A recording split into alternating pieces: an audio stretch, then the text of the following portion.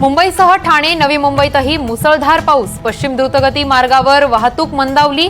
तुळशी आणि तानसा धरणं ओव्हरफ्लो. मुंबईतल्या 7 धरणात 58% पाणीसाठा.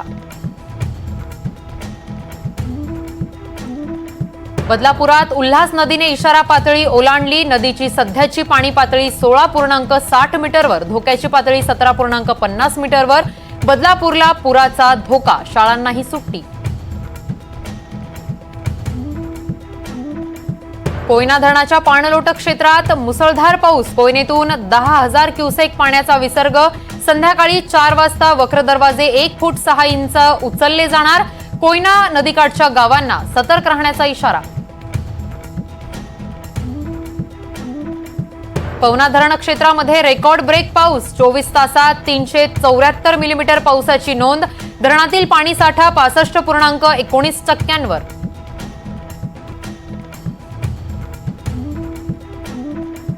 कोल्हापुरात पंचगंगा नदीने धोका पातळी ओलांडली. मुसळधार पाऊस कायम. जिल्ह्यातील 81 बंधारे पाण्याखाली. अलमट्टीतून पाण्याचा विसर्ग वाढवण्याची मागणी.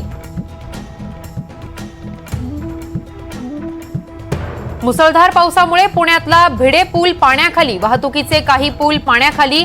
अनेक सोसायटींमध्ये भरलं पाणी. नागरिकांना सतर्कतेचा इशारा.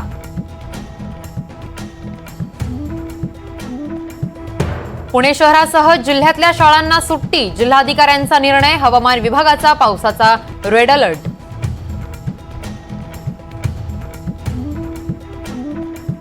उजनी धरणात पाण्याची आवक वाढली. दौंड बंधाऱ्यातून धरणात 43,000 क्युसेकनं पाण्याची आवक.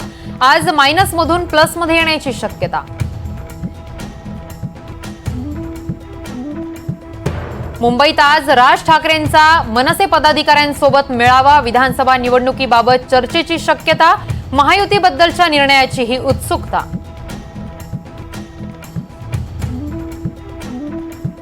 वंचित बहुजन आघाडीची आजपासून आरक्षण बचाव यात्रा. मुंबईमधील चैत्यभूमीवरून यात्रेला सुरुवात. छत्रपती संभाजीनगरमध्ये 7 ऑगस्टला समारोप.